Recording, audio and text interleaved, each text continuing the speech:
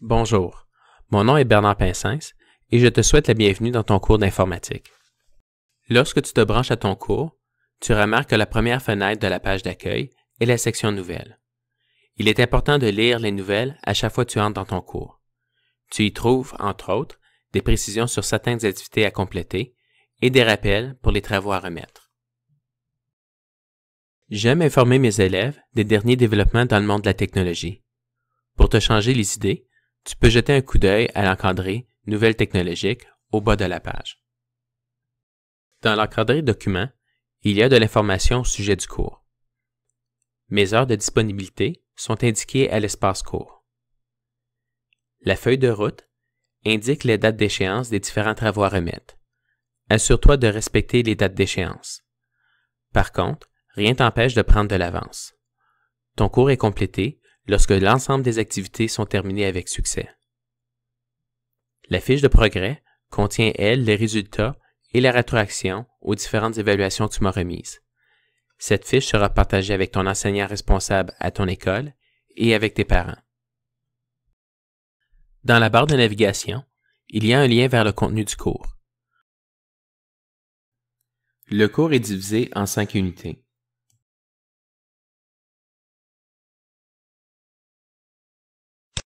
Ces unités sont composées de plusieurs modules, qui sont eux-mêmes subdivisés en activités. Les activités consistent d'une page d'explication et d'une page de pratique autonome.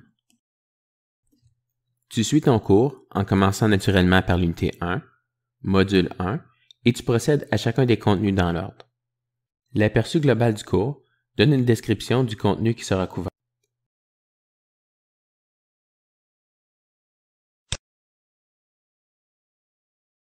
Suis les directives de la page Explication. Assure-toi de bien accomplir toutes les tâches demandées et visionne les liens qui mènent souvent à des présentations. Plusieurs présentations sont en format PowerPoint. Il suffit de l'ouvrir pour visionner son contenu. Sur la feuille de route et sur la fiche de progrès, l'activité 1.1.4 indique qu'il s'agit de l'unité 1, module 1 et de la pratique autonome de l'activité 4.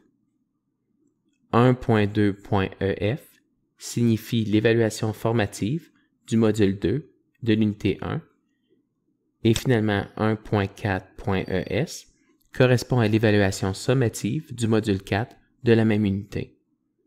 Une fois le travail complété, tu dois le remettre dans le pigeonnier, toujours selon les directives. Finalement, sur la page d'accueil, il y a le courriel que tu dois utiliser pour entrer en communication avec moi et les autres élèves du cours.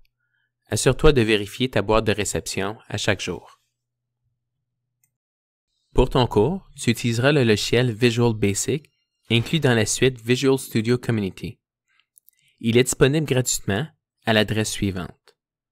Lors de l'installation, il est important de choisir la composante Développement net Desktop.